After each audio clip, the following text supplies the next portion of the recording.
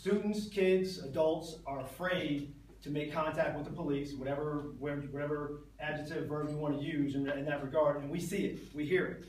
Others more than myself who are directly connected with these kids.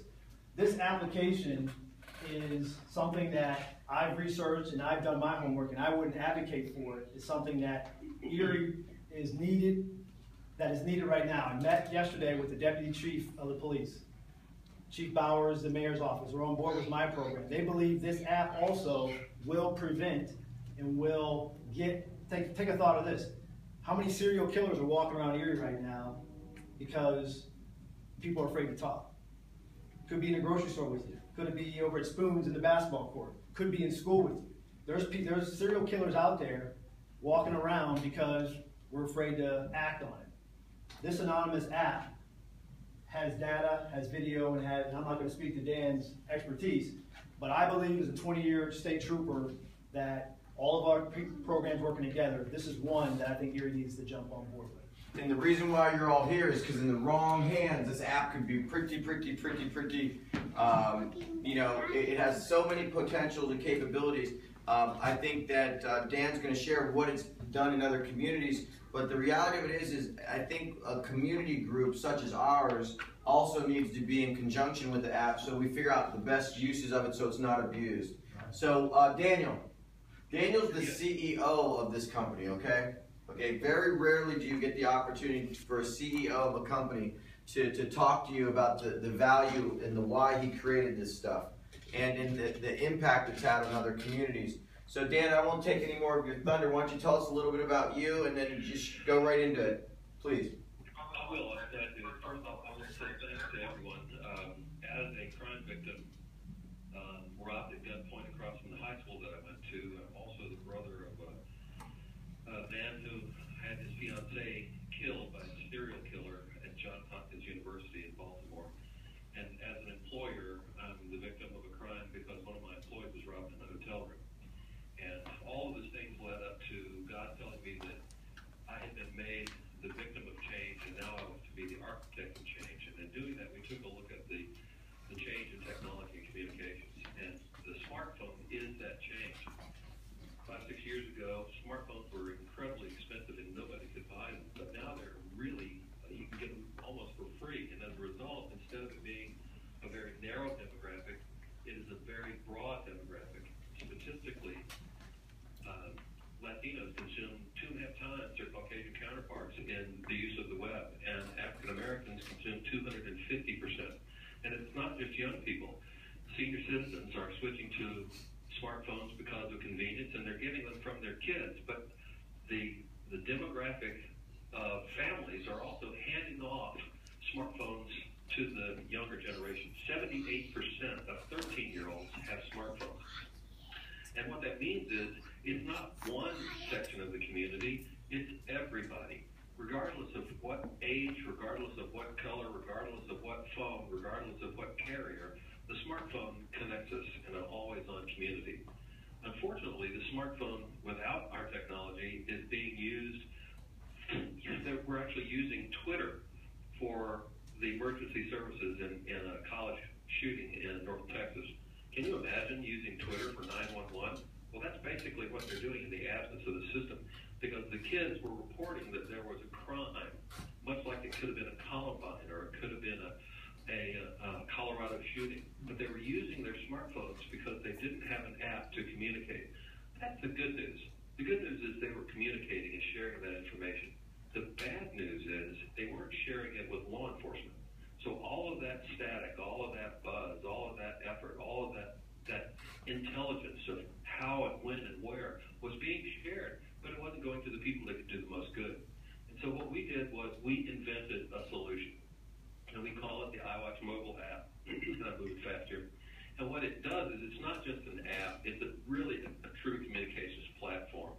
And that communications platform starts with the smartphone itself, which we call the iWatch application. And in Philadelphia, it's iWatch Philadelphia, and we do it with the 22 boroughs in Philly. And it has a dashboard that allows the intelligence to be used for crime analytics and reporting. And we marry that up with sex offenders. We marry that up with criminal license plate records. We marry that up scofflaws from the courts. And we put that into a smartphone application for law enforcement so that you don't have to be married to your desk, and we call that iOS Patrol. So that if you have an app and you've got a smartphone, you've got a connection to that data set. So at the end of the day, there's some really powerful features. It's anonymous reporting of tips to school and to law enforcement, regardless of their school. And it uses the GPS coordinates, if they allow us. So if they don't allow us, it's totally anonymous, to turn in that detail. And it sends the tip to the smartphone of the school resource officer, of the trooper, of the detective, of the criminal investigative unit, of the CID, wherever it may be. We even work with the FBI and the DHS and the TSA. And it does that in about 8 seconds. So if you've got video, we can see who that person is in real time. And it allows us, as law enforcement, to send notifications to that person in an emergency situation to tell them where to go and how to go. If it's a environmental hazard, if it's a bridge out, if it's a traffic warning, if it's a poison, if it's an active shooter, we can send that data to those individuals at an alarming rate. In fact, we can send 70,000 messages a second to those individuals. And it allows us to customize the message of just what they need to do, how they need to do it. Now, you don't have to be a cop to understand how to use the app. You can simply pick the offense type of the icon. So it's an anonymous tip line. It's anonymous text messaging. It's 311 for things that are happening inside the city, like potholes and traffic lights and sanitation and water leaks and so on. But it also sends out crime alerts and notifications. Now, we call it SMILE. It means social media and law enforcement. So all of that's married into the application, and it gives us the ability to intelligently map that data. I want to go one step further, and I know what SafeNet is, and I know that victims of domestic abuse are oftentimes underreported because of the same reason that narcotics and weapons and person-to-person crime and sexual assault and all the tragedies that happen in our life. We know that those things happen. And we know that there was a fundraiser for Safe Erie 2 days ago. So sexual abuse, violence against women, and the use of the app allows the friends of those victims to turn in crime tips in the same anonymous fashion. So it's a really powerful feature that perhaps has got some meaning in today's world. So once the person has decided to turn in a tip, they can specify what kind of information that they want to submit, and they can either enter in the location, and it intelligently sends back a thank you message, and they bookmark it. Now why? Well, if you see somebody who's selling drugs and you've decided you're going to turn in a tip, you might see that that rascal is back. So that means you can turn in another tip at that time. For example, Bridgeport, Connecticut, we had a tip turned in, and there was a secret code that if the perpetrator's vehicle was facing north, he was selling. If it was facing south, he was out of stock. So it's a very simple scenario. That way they could turn in the crime tip anonymously and actively report it as the events were happening. Excuse me. There's also a dashboard that we built. Plus we call it, you can see here now, we call it tap and tell. So you can tap and tell the message, and it records it as a sound file. Now here's where it's important. Whether it's Algerian or Vietnamese, whether it's Russian, whether it's Polish, whether it's Spanish, whether it's Italian, whether it's Korean, Japanese, it translates that data in 32 languages into English and allows the dispatch operator to reply back to that individual in their native tongue. Now, I'm in Texas, which means everybody's a redneck, and so it's hard to understand what the heck we're talking about half the time, especially when we talk about the Dallas Cowboys all the freaking time. So there is no translator for that because we're just too stupid, but everybody else we can translate. That was a joke from a guy in Texas. Thank you very much. All right. In addition to that, we can send alerts and updates, and those alerts are unique because if you go to one school, let's say you go to Mercyhurst and you've got a daughter that goes to high school, you want to get those alerts that indicate what's going on in those schools at the time. And you can specify the schools or the police department or the public programs that you want to receive those alerts from. And then, again, same icons. You say, I want weather detail, I want DARE program information, I want to know about character programs, I want to see what's happening with most wanted and rewards. And all of that is in a very easy to control dashboard. So once the app is built, the department, your school, your city, has the ability to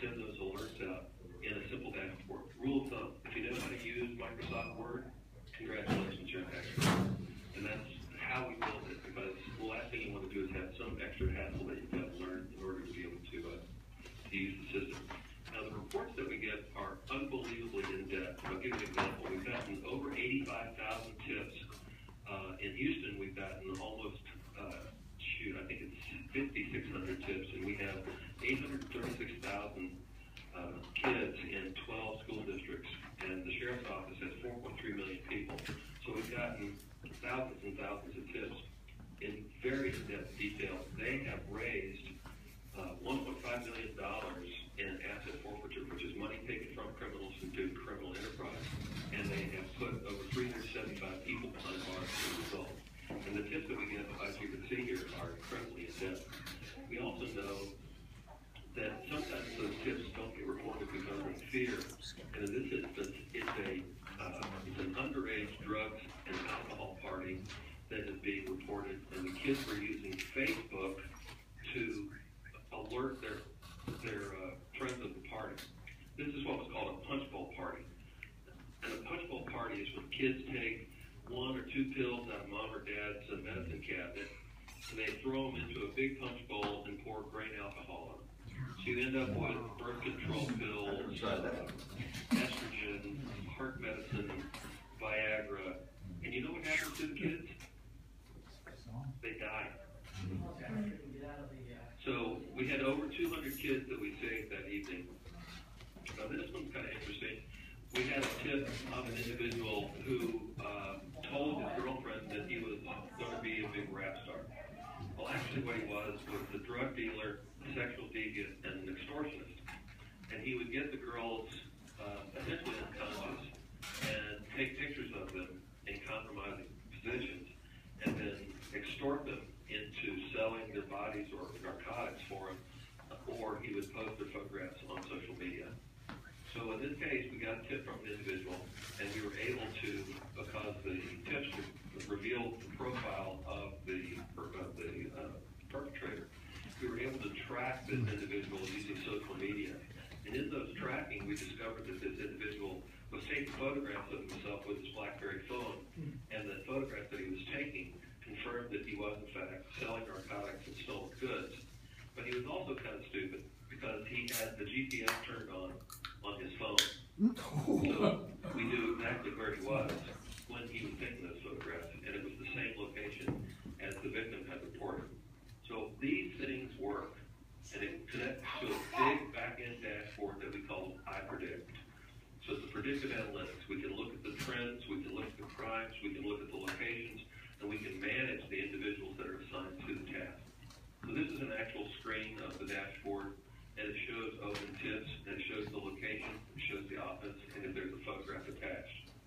And then we can look at all the tips in a particular category, and it shows the officers in the area that can be assigned to it. If it's a green officer, we can in one click assign that tip to that officer, and he sees the photographs and the video and the location in real time. So if there's a video surveillance camera in a school, and we know there's a school shooting, we can push it out to the officer in real time, and he can roll up on that location and know what door the bad guy is hiding behind, or what door somebody broke into. And that will save lives of law enforcement. It'll speed the delivery of the information, and it will vet the quality of the tip in real time. We then run reports on all kinds of events. So we can say all tips by date, all tips by disturbing the peace, crime types, murder, etc. And we can then run heat maps to say where is the highest concentration of crime. Now this is Dallas, which means that if you're in Dallas and you're in the center of town, you've been surrounded by 438 crimes in the past 12 months. It's a high crime rate. But statistically, Dallas is having an 8% to 11% reduction in crime. And today, Chief David Brown, Chief of Police for the City of Dallas, is giving a report that we provided to him showing him that they have received 1,888 tips in the past 12 months, and 40% of them were for narcotics, and 13% were for guns and murder. So this is a very powerful tool that connects everyone together in a seamless data set with the end goal of preventing crime by encouraging citizens